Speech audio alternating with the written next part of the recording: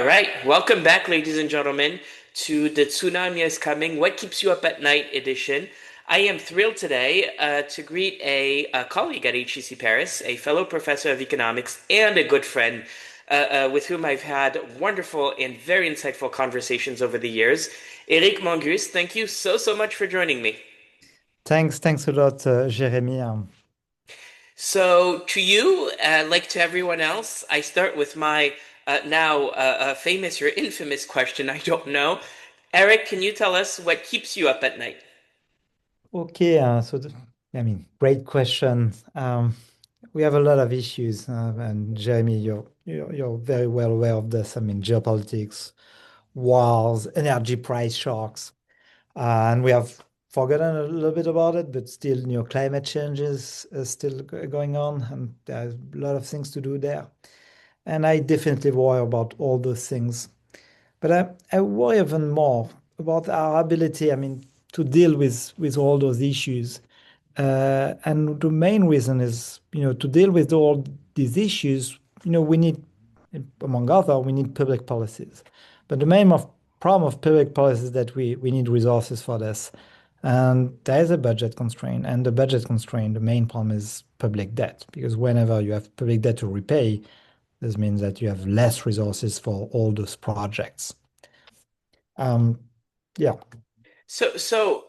Eric, we have many points in common. I want to underscore too, we both have a French citizenship, number one. And number two, we've been talking about those obstacles to good public policy for a little while. Uh, Let me ask you this. Why has nothing moved, though this diagnostic of we face this debt problem been quite consensual in Europe and in France for quite some time? I mean, there are multiple reasons. I mean, the first one, the big, the big answer is all these, those policies, the lack of resources, ultimately they are about what? They are about education policies. They are about also military capabilities. You need resources to build up these long-term assets that are useful for, by definition, the long term of the country. And on the other hand, you have a lot of, in the short run, if you want to have more resources, you need to cut on other policies. But, those are short run costs. And so it's difficult because you have a tension between like the short run and the long run. So that's always, a problem by construction. But what I think is also interesting is if you ask people, and there are a lot of studies recently about this, is when you ask people about their views about fiscal consolidation, and at the end, if you want to solve the debt problem, you need to either raise taxes or you need to cut on spending.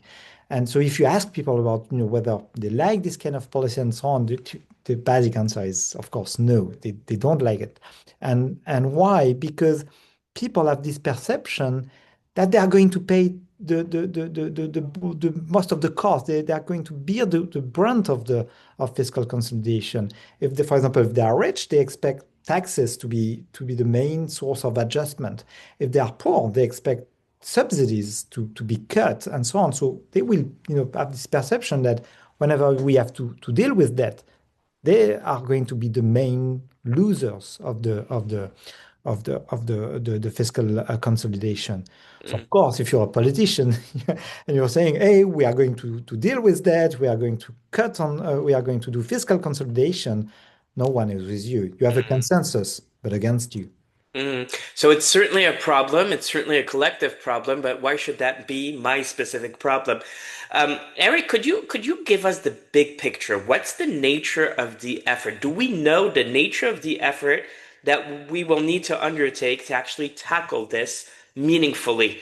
And I understand there are many words that you might need to define in my question here, but give us a sense of what is it that we're talking about.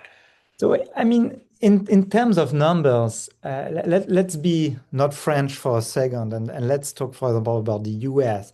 If Mm, you look at what's the expectation of debt to GDP ratio in, say, more than 10 years, the expected increase is by something like 20% of GDP over that time period. mm, Yeah.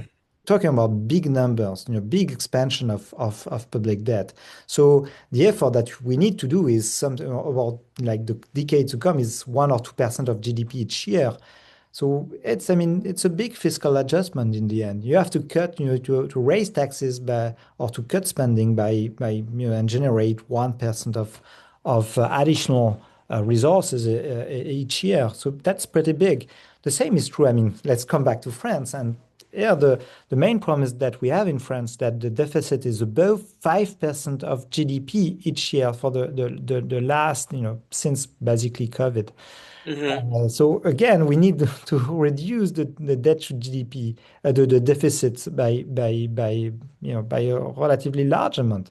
And so we are talking here about billions of if not hundreds of billions of euro a year. So that's pretty big numbers. So the adjustment is big in many advanced economies. Hmm. Um, I mean, in what you're saying, there are many crystal clear things. Here's one, that tension between the short run and the long run, that almost doesn't feel like an economic problem anymore. It feels like a problem of political courage. Do you find reasons to be optimistic that we will find that political courage somewhere? I mean, where I'm always optimistic is that it's not the first time that we are facing very Mhm. high levels of debt, and Could you speak to that maybe, just to help us understand? Yes. I mean, for example, at the end of I mean, at the end of every big war, countries usually ended up having large level of debt. I mean, with this debt to GDP ratio, sometimes about above 100% of GDP. Mm, It happened to the UK after the Napoleonic Wars, but even if you think about the US after the Second World War had a lot of debt as well. I mean, that's not necessarily the very first time. So what is more specific to this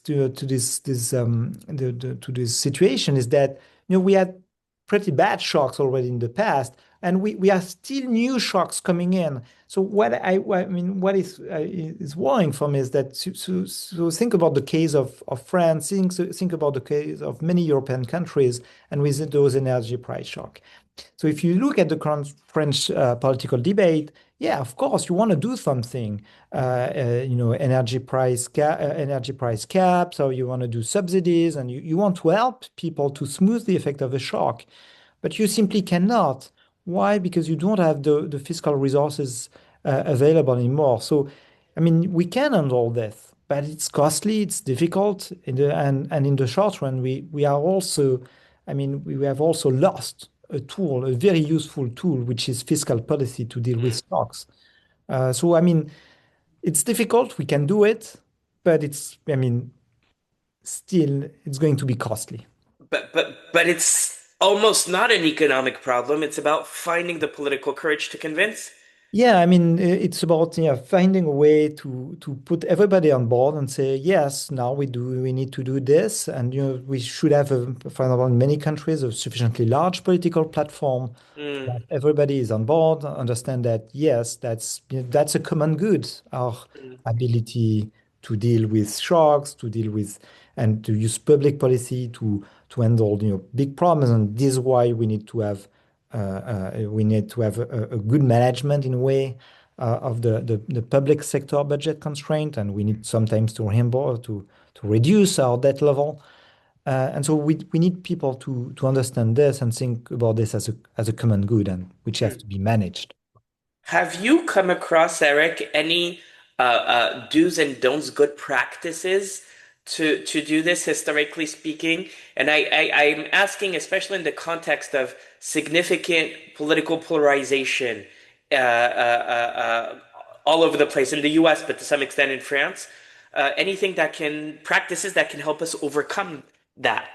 I mean, that's a great question because on the other hand, we know that political polarization is definitely something which is not good Mm, to resolve I mean, public debt problems. Quite the opposite. The evidence is that it leads, in a way, countries to have even more public debt and not the opposite. I mean, my view on this is I mean, many countries that have adopted fiscal rules, so either in the constitution or like to discipline government and not to have too much debt issuance or to limit deficits. So, I mean, there are always difficulties with this, to what extent those rules are credible. So you need to find a way to have like checks and balances to make sure that those rules are going to be enforced and so on. So that's one way, and many countries use that. France is not. That's not the case for France, but that's the case, for example, for of Germany and many actually also emerging countries. Just to unwarn on this, many emerging countries succeeded to be much more credible on international financial markets thanks to these kinds of rules for fiscal policy, but also on the monetary policy side. So that's one way to handle this. But perhaps also there is the other dimension is on the political side. I mean, the main problem at the end is that we are not able, if you have a debt problem, we are not able to invest in public goods that are useful for everybody, no matter where you are on the political spectrum. Think about defense. Now the main big problem for France to to scale up military capabilities is the limits in terms of budget, limits in terms of public resources. Germany does not have those problems, and that's why they can invest much more. So if defense is something that everybody is concerned with, then we should perhaps make sure that public finances is not a problem anymore for this. So it's also in terms of building common objective across the political spectrum so that everybody is on board with the effort that you should make regarding public finance. Final question, Eric. I heard a presidential hopeful, a French presidential hopeful, in a closed meeting, once say that the only thing that the Germans want is fiscal rigor, and if we ever provided them with that, they'd be happy with anything we basically asked. Is this the first political battle, fiscal rigor? Because once you have that, you can basically imagine that the sky's the limit for Europe. Um, I mean, that's a good question. I mean, I'm sure that with Germany and with the rest of Europe, we always find a good way to have a I mean, new political conflict or new problem.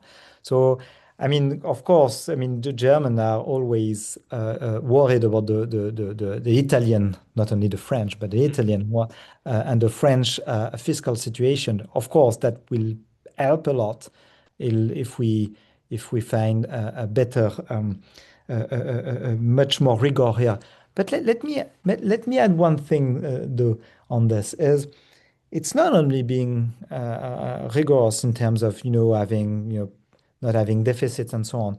It's also growth is important in the picture as well. Because growth is also something that is very helpful for uh, for for um, for public finance. And, you can sustain much more debt if you have much more growth. The main problem of Europe is not only a lack of fiscal rigor, it's also a lack of growth, and Italy, and to some extent France, and now also Germany have growth problems. So I would be concerned by, finding the right mix between fiscal rigor and growth. But you cannot have a lot of growth without fiscal rigor. But on the other hand, you cannot have fiscal rigor without growth. So the two are really intertwined.